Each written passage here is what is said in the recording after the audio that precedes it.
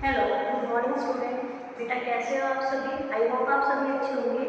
बेटा हम अपना नेक्स्ट टॉपिक फॉरवर्ड कर रहे हैं। हमारा नेक्स्ट टॉपिक है केमिकल रिएक्शंस एंड केमिकल या फिर chemical properties of carboxylic acid. हमने प्रिपरेशन ऑफ कार्बोक्सिलिक एसिड जो है वो कंप्लीट कर लिया है। हमारा नेक्स्ट टॉपिक स्टार्ट हो रहा है। अब इसमें हमें जो कार्बोक्सिलिक एसिड की अलग अलग रिएक्शन जो होती है उनके बारे में पढ़ना है। ठीक है, तो फर्स्ट रिएक्शन जो हमारी है डीकार्बोक्सिलेशन है। डीकार्बोक्सिलेशन के अंदर हम बहुत सारी रिएक्शंस पढ़ेंगे। तो डीकार्बोक्सिलेशन में एक डीकार्बोक्सिलेशन में मल्टीपल रिएक्शंस है, हम उनके बारे में पढ़ेंगे। तो जो हम पहले ये देखते हैं कि डीकार्बोक्सिलेशन रिएक्शन होती है।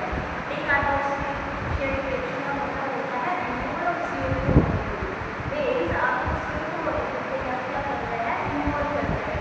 तो इसलिए हमारी सबसे जो फेमस जो रिएक्शन है वो है कोल्डेज।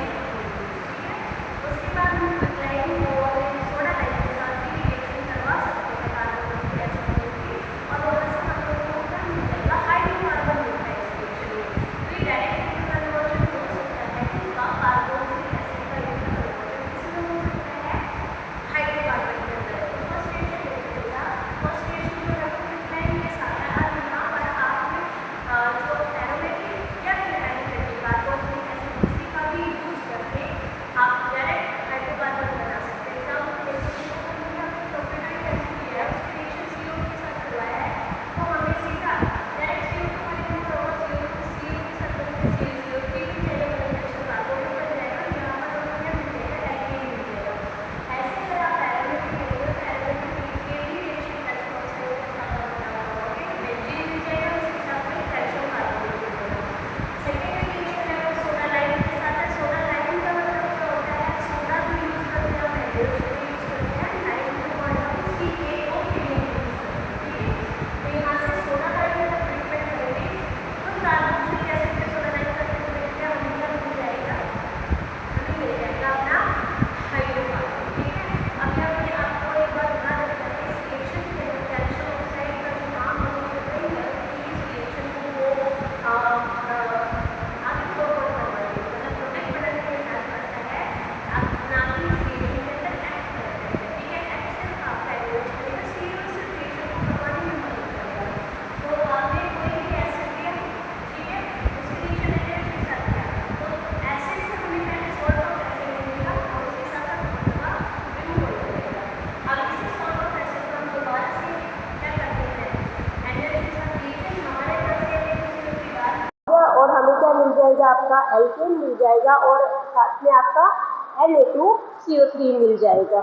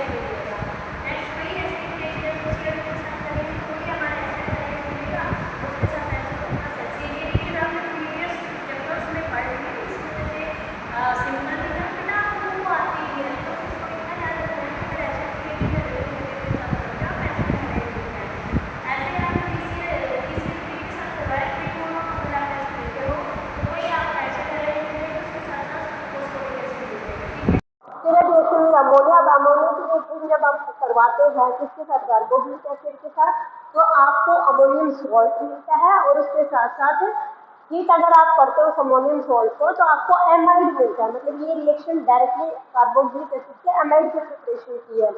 तो एसिटिक एसिड का अमोनिया के साथ रिएक्शन करवा दिया तो ये बनना क्या था, एसिटेट बना था CH3CO नेगेटिव H+, इसके साथ अमोनिया का जाके अमोनियम आयन बना था। तो ये डायरेक्ट हमने कन्वर्ट कर दिया है अमोनियम सॉल्ट के अंदर CH3CO नेगेटिव और NH4 पॉजिटिव। ठीक है, इसकी हीटिंग करते हैं वाटर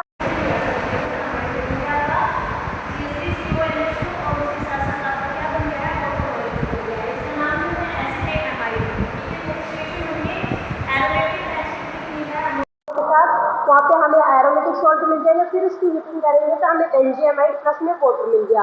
ये इंपॉर्टेंट रिएक्शन है क्योंकि इसमें जो आपका थैलेमाइड और थैलेमाइड दो जो प्रोडक्ट है उनकी सिंथेसिस होती है। तो ध्यान रखना, थैलिक एसिड लिया, थैलिक एसिड होता क्या है, बेंजीन की 1-2 पोजीशन पे जब भी आपका कार्बोक्सिलिक ग्रुप अटैच होता है उसको थैलिक एसिड बोलते हैं। थैलिक एसिड की रिएक्शन वही अमोनिया के साथ की, तो दोनों पोजीशन पे आपको सोल्ट बन जाएंगे। सोल्ट यहाँ से आप क्या कर दोगे, वाटर